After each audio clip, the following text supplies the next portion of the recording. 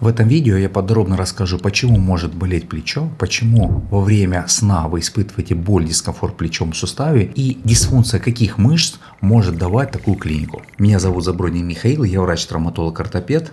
Поехали. На самом деле, когда мы говорим, принято считать, что плечевой сустав это, собственно, сочленение лопатки и плечевой кости. Но на самом деле плечевой комплекс – это более широкое понятие, которое состоит из плечевой кости, лопатки, ключицы, грудной клетки и грудины. То есть вот именно вот этот комплекс, многорычажная система, позволяет нам поднять полностью руку, завести ее за спину, дотянуться до какого-то предмета. И чем больше структур образует этот плечевой комплекс, на каждой из этих анатомических образований могут быть дисфункции. То есть там участвует очень много и мышц, которые обеспечивают движение лопатки, мышцы, которые обеспечивают движение ключицы, стабилизацию лопатки, движение плечевой кости. Так вот, какие причины боли могут быть у пациента? Если у вас болит плечевой сустав, первое, что вы должны ответить себе, были ли какие-либо травмы плечевого сустава. На самом деле часто пациенты откровенные травмы воспринимают, из серии «я не обращался за медицинской помощью, вроде бы как ее и не было». Какие могут быть травмы? Например, это очень часто падение на выставленную вперед руку, когда удар доходит до плечевого сустава. И на самом деле он проходит, как правило, дальше, а у нас верхняя конечность крепится к туловищу не в плечевом суставе, а крепится в грудино-ключичном суставе, вот в этом маленьком суставе. И этот сустав обеспечивает, несет большую нагрузку и обеспечивает движение и функцию всего плечевого комплекса. Так вот, если человек упал вот так, либо упал на бок, например, на гололеде, на скользкой поверхности, то удар приходится на ключицу и далее травмируется сустав, и в последующем, скажем, после травмы сустав поболел немножко, либо вообще не болел, но через год, через два пациент ощущает дискомфорт, щелчки в плечевом суставе. Всегда подтягивался, сейчас не могу подтянуться или делать какие-то несимметричные движения руками. Какие могут быть еще травмы? Это тракционные, например, во время падения зацепились рукой, дернула собака, за что-то зацепились, за какой-то движущийся элемент, и происходит резкое растяжение в суставе. В первом варианте идет компрессия на сустав, удар суставных поверхностей, когда травмируется хрящ. Во втором варианте травмируется связочный аппарат, могут травмироваться мышцы. И в данном случае степень травмы будет в разы выше, если в момент растяжения те мышцы, которые должны защитить этот сустав, были функционально неполноценными. Например, была травма, потом вторая травма, и как только сустав растягивается, мышца в момент растяжения должна сократиться. Вы все видели вот этот инструмент, который используют, в частности, неврологи, ортопеды могут использовать, неврологи чаще. Когда мы наносим удар по сухожилию, и мышца сокращается. То же самое происходит в момент резкого растяжения, в момент подворачивания, например, нижней конечности голеностопа. Мышца растягивается, и она тут же защищает сустав, снижая стрессовую нагрузку на связки. Так вот, если мышца изначально работала не на 100%, тогда вот эта травма, сустав без защиты остается, и эта нагрузка перекладывается на связочный аппарат, и связочный аппарат сильно повреждается. Далее, какие могут быть травмы? Это всевозможные выкручивания сустава, это могут быть спортивные травмы, и очень часто, например, прямые удары в плечевой сустав могут приводить к значительным повреждениям и мягкотканного компонента. Если у вас была аналогичная травма, ее обязательно нужно протестировать мышцы плечевого сустава. И если часть из них полноценно не работает или снижен рефлекс, тогда найти и устранить эту причину. Это первый вариант. Второй вариант, если у вас болит плечевой сустав, но никогда не было аналогичных травм, тогда причина этих болей, скорее всего, будет находиться вне этого сустава. Это может быть шейный отдел позвоночника, это может быть грудная клетка, это может быть поясница, таз, коленный сустав, голеностопный сустав, все что угодно. Это может быть орган, например, печень, сердце, который нарушает биомеханику плечевого сустава и плечо начинает давать о себе знать. Например, нарушение работы печени могут создавать боль в области правого плечевого сустава. Проблемы сердца, все знают, могут создавать дискомфорт и боль в левом плечевом суставе и так далее.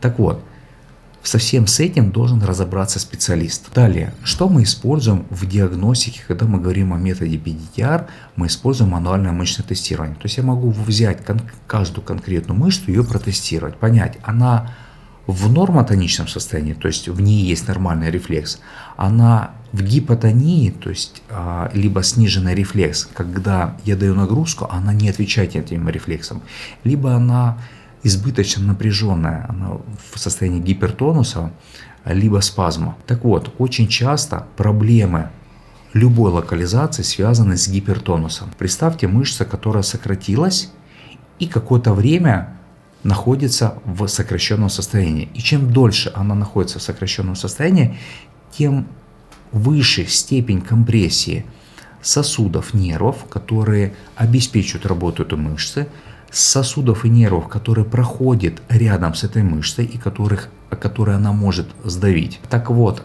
чем больше количество времени находится мышца в гипертонусе, тем больше клиники. И во время гипертонуса, аналогичный пример, когда вы, например, несете тяжелый предмет, сумку в одной руке, и в какой-то момент вы чувствуете дискомфорт, вы даже не задумаетесь, просто говорите, рука устала, и сумку перекладываете.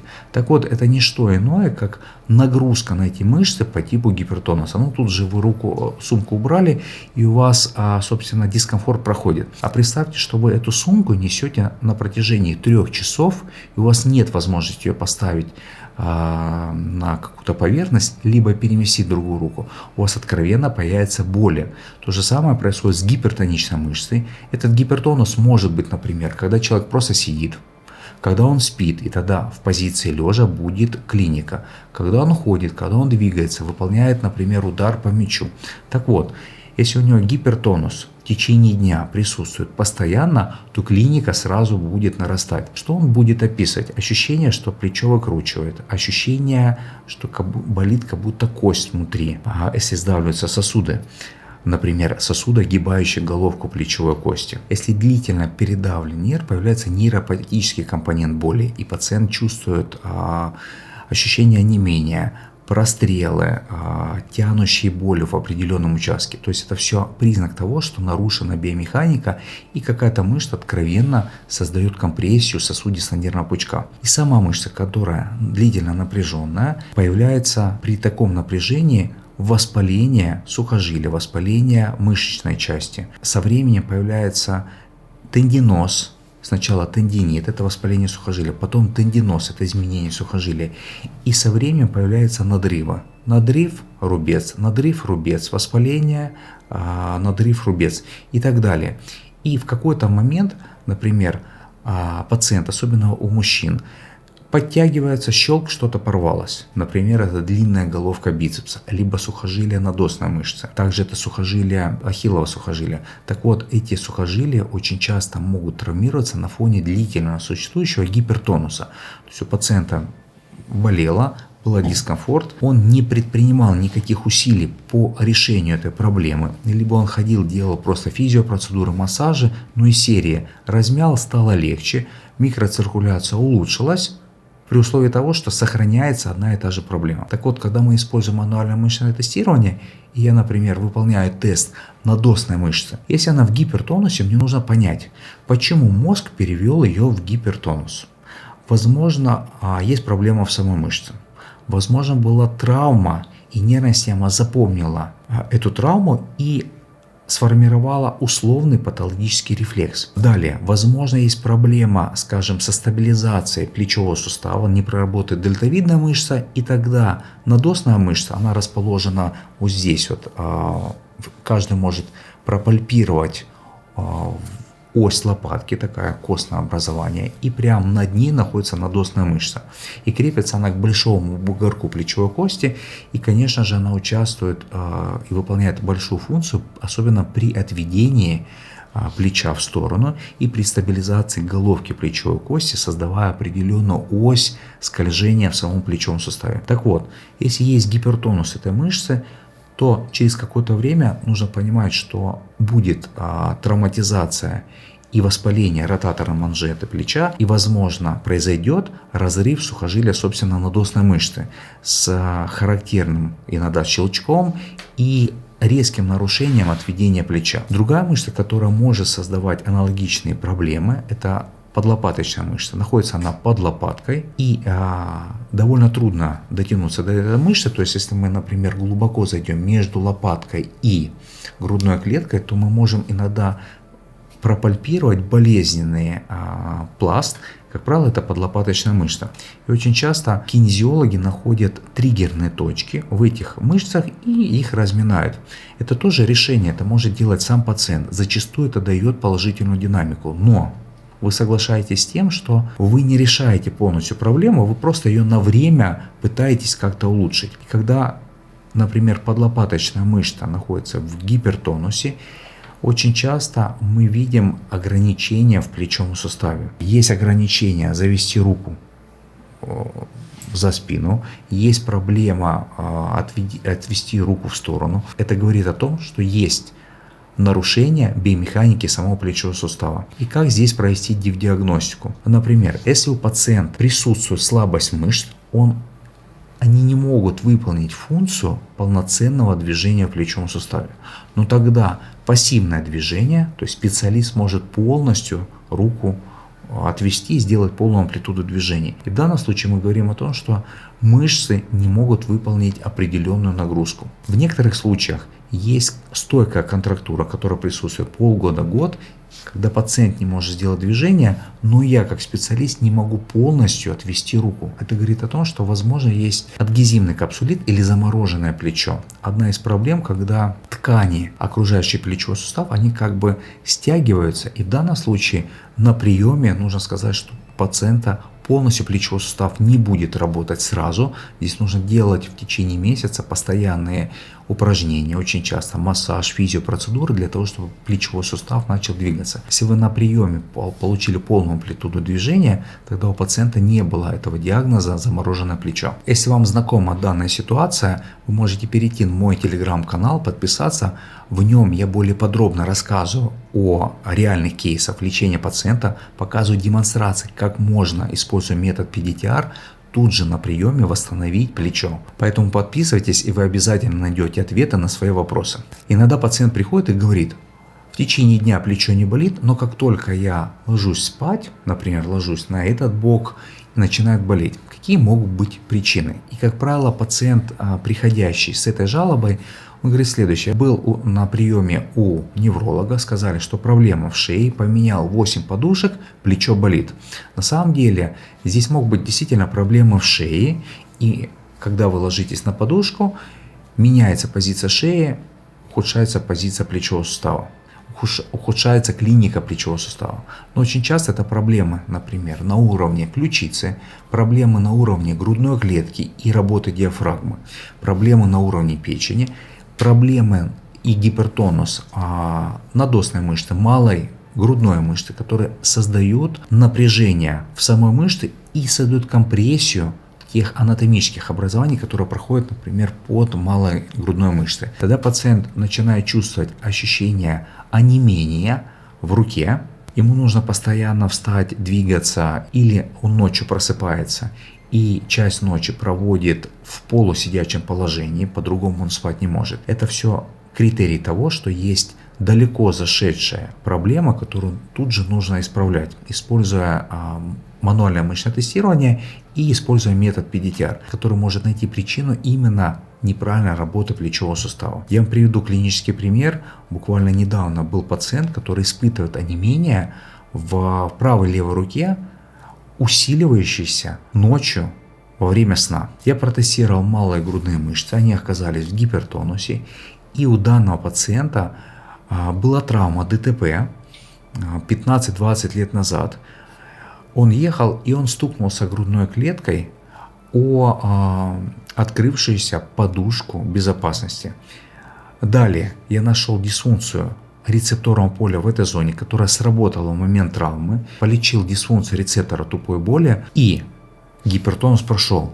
И сразу же в первую ночь пациент перестал чувствовать онемение в руках. О чем это говорит? О том, что даже старые травмы могут иметь накопительный эффект и в течение длительного времени не давать какой-то явной картины. Но спустя год, 5, 10, 30 лет, у кого-то 50 лет, они проявляют определенной клиникой. И используя метод PDTR, мы можем при работе с рецепторными полями найти именно эту дисфункцию и устранить ее. То есть мы ее как бы перезагружаем, и этот условный патологический рефлекс, он перестает существовать и не создает проблем для здоровья пациента. Частый вопрос, который я слышу, помогает ли физкультура? Обязательно физкультура помогает, вы можете ее выполнять. Предположим, вы не можете прийти на прием, можете ли вы помочь себе? Да, но в части улучшив функцию сустава, мобилизовав сустав, вы на какое-то время можете избавиться от клиники, либо значительно уменьшить болевой синдром, при условии, что вы не закрываете проблему. Что можно делать? Предположим, у вас здесь при движении боли нет, боль появляется под углом 90 градусов. Вы начинаете в течение недели делать небольшие низкоамплитудные движения с небольшим количеством повторений, примерно на 70% до появления боли. Поделали. Потом через неделю увеличиваете амплитуду. И таким образом вы можете улучшить микроциркуляцию в суставе и оптимизировать работу самого этого сустава. Плюс, если есть какое-либо ограничение, например, рука не заводится назад, вы можете взять либо палку, либо полотенце, взяться двумя руками за спиной и потихонечку руку как бы вы заводите туда, куда она не идет. Как правило, это может сопровождаться небольшими болевыми ощущениями, но именно вот такая мобилизация зачастую может привести к значительному улучшению работы плечевого сустава. Плюс, конечно же, делать массаж плечевого сустава лучше все это делать после консультации специалиста и после обследования обязательно плечевого сустава. После обследования вам могут назначить физиопроцедуры, которые также улучшат обменные процессы, улучшат микроциркуляцию, питание сустава. И если ваша проблема не пересекла определенную черту, то вы можете откатить его обратно в пределы нормы и пользоваться абсолютно суставом без боли. Но я что вам рекомендую? Обязательно обратиться к специалисту, который может не устранить боль, а найти причину этой боли, ее устранить, и боль пройдет сама. А если вы специалист, то вас приглашаем на наши однодневные мастер-классы, которые проходят у нас в разных городах. В ходе этого мастер-класса вы научитесь быстро и эффективно находить тот, полечив которого пациент будет выздоравливать быстрее и лучше. На этот мастер-класс вы можете записаться по ссылке в закрепленном комментарии. Приходите, ощутите на себе и разберитесь в этой методике. Бытует мнение, что проблемный сустав, особенно плечевой сустав, нужно закачать. На самом деле здесь в какой-то момент это может сработать действительно, но зачастую, если вы будете пытаться закачивать сустав, то те мышцы, которые у вас не работают, как правило, они не будут включаться на ваши нагрузки, но будут перегружаться те мышцы, которые у вас находятся в гипертонусе. И результатом вот этого закачивания зачастую будет усиление болей и усиление в клинике в самом суставе.